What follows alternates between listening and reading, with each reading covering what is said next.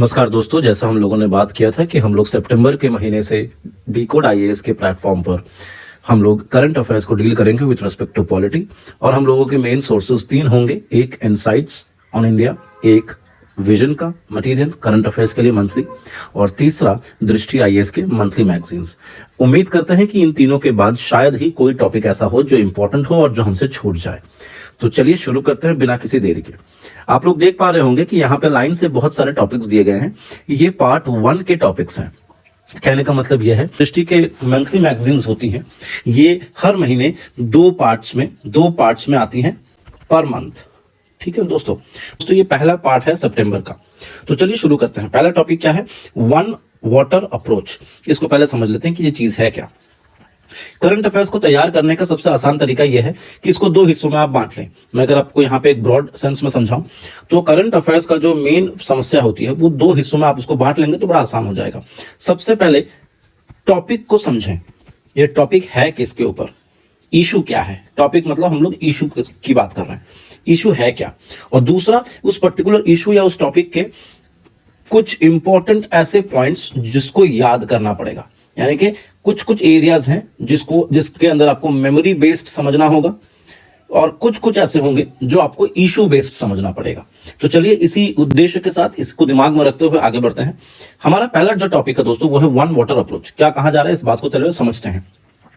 United nation ने अभी अभी एस्टिमेट किया है बाय द ईयर 2050 के आते आते 4 billion people will be seriously affected by the water shortage। जो चीज अभी हमें समझ में नहीं आ रही है, जो चीज हमें इवेंचुअली समझ में आएगी कि 2050 के आते आते लगभग 4 billion people will be seriously affected by the water shortage। और ये जो डर है, ये जो आशंका है, यही पुश कर रहा है कि हम इस अप्रोच में कन्वर्ट करें। वन वाटर अप्रोच जो है towards all sources of water, ये एक ऐसा अप्रोच है जिसको हम लोग अपने आने वाले समय में पॉलिसीज में ला सकते हैं। तो वन वाटर अप्रोच क्या कहता है? Basically it is an integrated water resource management which recognizes that all water has some values regardless of its sources। वो पानी पीने लायक पानी है कि वो गटर का पानी है कि वो समुद्र का पानी है, उसका सोर्सेस कोई भी हो, लेकिन हर सोर्सेस से आने वाला पानी के अलग अलग यूसेजेस हैं। कोई भी ऐसा चीज नहीं है, कोई भी ऐसा पानी नहीं है जो वेस्ट कहा जा सके। तो कोई भी उसके सोर्सेस हो, जरूरी नहीं है कि वो वेस्ट करार दिए जाए। तो it includes managing that sources in an integrated, inclusive and sustainable manner. तो ये 3 शब्द आपको अपने आंसर में लिखना है।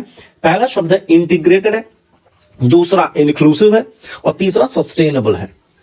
ठीक है, next, integrated planning and implementation approach to manage the finite, infinite नहीं है ना, वाटर लिमिटेड रिसोर्सेस है, to manage the limited water resources को हमें इस इंटीग्रेटेड प्लानिंग के तहत उसको इंप्लीमेंट करेंगे अगर, तो हम लोग आने वाले समय में एक बेहतर इकोनॉमी, एक बेहतर कम्युनिटी और एक बेहतर इकोसिस्टम को बनाए रख सकते हैं। तो एक जो पुरानी डिबेट हमारे यहां पे देश में, पूरे दुनिया में चलती है, which is development versus environment, तो इस चीज को भी ये वन वाटर अप्रोच जो है वो उसको एड्रेस करता है। तो इस चीज को ध्यान रखिएगा। वन वाटर अप्रोच जो है ये फ्यूचर है वाटर इंडस्ट्री का। When the barriers conventionally हम लोग जो सेपरेट करते आ रहे हैं कि वेस्ट वाटर एक चीज होती है, स्टॉर्म वाटर एक चीज होती है, ड्रिंकिंग वाटर एक चीज होती है, ग्राउंड वाटर एक चीज होती है, तो ये जो अलग अलग किस्म के क्लासिफिकेशंस हैं, ये क्लासिफिकेशन जो है ये कन्वेंशनल है। आज के तारीख में वन वाटर मतलब ये सारे सोर्सेस की अपनी इंपॉर्टेंस है, और इसको अलग अलग तरीके से हम लोग कैसे इस्तेमाल कर सकते हैं उसी के बारे में ये पूरी की पूरी वन वाटर अप्रोच पॉलिसी है। इसके कैरेक्टरिस्टिक्स क्या है? इंपॉर्टेंट पॉइंट्स यहां से शुरू होते हैं जो आपको याद रखना है। पहली चीज, all the sources of water have some values. इस अप्रोच के मल्टी फैसेटेड अप्रोचेस हैं। इसके अंदर वाटर रिलेटेड इन्वेस्टमेंट से लेकर के economic, environment and societal returns सारे इस साथ आते हैं। तीसरी जो बात है वो ये है कि हाउ टू यूटिलाइज द वाटरशेड्स, और उसको किस तरीके से हम लोग अपस्केल कर सकते हैं, उसको बढ़ा सकते हैं, ताकि हम रिस्पॉन्ड कर सकें जितने सारे नेचुरल इकोसिस्टम, हाइड्रोलॉजी और जियोलॉजी रिलेटेड इश्यूज को। इसके अलावा कहते हैं कि इसके अंदर अगर हम लोग पार्टनरशिप प्रोग्राम्स चलाते हैं, चाहे वो प्राइवेट कंपनीज हो इंपॉर्टेंट स्टेक होल्डर्स हो, बिजनेसमैन हो, एनवायरमेंटलिस्ट हो, सरकार हो, सिविल सोसाइटी हो, सबकी पार्टनरशिप जरूरी है। So it has to be an inclusive policy जो कि सरकार आने वाले समय में ले सकती है। वन वाटर अप्रोच के मेन ऑब्जेक्टिव्स क्या क्या है? ये इंश्योर करता है कि जो reliable, secure, clean water supplies जो है ये कंटिन्यू रहे, ये सस्टेन्ड रहे विदाउट एनी इश्यूज और without any problem, without causing any problem to the ecosystem. दूसरी चीज क्या है कि अगर हम इस चीज को ध्यान से इंप्लीमेंट कर सकें तो हमारे जो देश में एक्विफियर्स हैं, एक्विफर्स बेसिकली पानी के, बेसिकली जमीन के नीचे बहुत सारे ऐसे एरियाज होते हैं जो दो पत्थरों के बीच में पानी का एक आप कह सकते हैं एक सोर्स जैसा बनता है, जिसमें आप बिना पंप के, एक मजेदार बात है कि एक्विफर्स में क्या होता है, बिना पंप के अगर आपने वो ओपनिंग को खोल दिया तो पानी नीचे से ऑटोमेटिकली प्रेशर की वजह से ऊपर आता है। तो वो एक्विफर्स को हम रिचार्ज कर सकते हैं, हम लोग फ्लड्स को कंट्रोल कर सकते हैं, रादर प्रोटेक्ट कर सकते हैं। हम लोग एनवायरमेंट में होने वाली प्रॉब्लम्स को कम तो भली नहीं कर सकते हैं, लेकिन उसको मिनिमाइज जरूर कर सकते हैं। हम लोग एफिशिएंट यूज करके या रीयूज कर सकते हैं natural resources which are limited in nature. ठीक है दोस्तों, आगे बढ़ते हैं। हम लोग यहां पे एक रेजिलियंस एंड अप कर सकते हैं, रेजिलियंस को इंश्योर कर सकते हैं विद रिस्पेक्ट टू क्लाइमेट। हमें ये लॉन्ग टर्म सस्टेनेबिलिटी प्रोवाइड करता है, अफोर्डेबिलिटी, इक्विटी और एक्सेसिबिलिटी। इसका मतलब यह है कि हर एक इंसान को वाटर की जरूरत है। अब अलग अलग इंसान को अलग अलग सेक्टर में अलग अलग किस्म की वाटर सप्लाईज चाहिए होती हैं। उसको अफोर्डेबल बनाना और उसको एक्सेसिबल बनाना, ये सारी चीजें इसी वाटर पॉलिसी के अंदर, वन वाटर अप्रोच के अंदर इंश्योर करी जा सकती है। इसके अलावा वाटर जो है वो इकोनॉमिक ग्रोथ में और प्रॉस्पेरिटी में भी काम आता है। तो यहां पे आप लोग देख सकते हैं कि वन वाटर अप्रोच को अलग अलग तरीके से डील किया गया है। जैसे ये रिस्पॉन्सिव है टू द लिवेबिलिटी इंडेक्स जो हमारे सिटीज के लिए निकलता है। तो लिवेबिलिटी सिटीज नीड्स, सिटी की जो नीड है उसको हम लोग रिस्पॉन्स कर सकते हैं with this one water approach policy, जो कि प्रोटेक्ट करेगा ह्यूमन हेल्थ को through better sewage system, flood protection and drainage system. ये भी इंपॉर्टेंट है, विच विल एंश्योर कि एनवायरमेंटल पोल्यूशन जो है उसको हम लोग ढंग से मैनेज कर सके। हम लोग एड्रेस कर सके लिमिटेड नेचुरल रिसोर्सेज को with efficiency and reusing the same natural resources. कुछ ऐसा बनाए जो कि हमारे एनवायरमेंटल इंपैक्ट अगर हो भी तो हम लोग उसको रेजिलियंटली उसको डील कर सके। हम लोग उससे, जैसे मान लीजिए हमारा हेल्थ सेक्टर अगर बहुत ज्यादा मजबूत होता, बहुत ज्यादा स्ट्रांग होता, तो शायद कोविड का जो इंपैक्ट है वो इतना नहीं होता जितना हम लोग जो है उसको कंट्रोल नहीं कर पाए। हम लोग रेजिलियंट नहीं थे, हमारी जो पब्लिक हेल्थ पॉलिसी, हमारा जो पब्लिक हेल्थ स्ट्रक्चर था वो उतना रेजिलियंट नहीं था कि हम लोग कोविड जैसे क्राइसिस को झेल सके। तो अगर हम लोग वन वाटर अप्रोच को अपनाते हैं, अगर हम लोग वन वाटर अप्रोच को इंप्लीमेंट करते हैं, तो हो सकता है कहीं ना कहीं अगर कभी भी नेचुरल फिनोमिनन खराब होती है, अगर कोई नेचुरल कैलामिटी आती भी है, तो हम लोग उसको झेल सकें। इसके अलावा ये एक रिलायबल, सिक्योर और क्लीन वाटर सप्लाई को इंश्योर कर सकती है। तो बहुत सारी चीजें एक पॉलिसी के अंदर आ सकती है।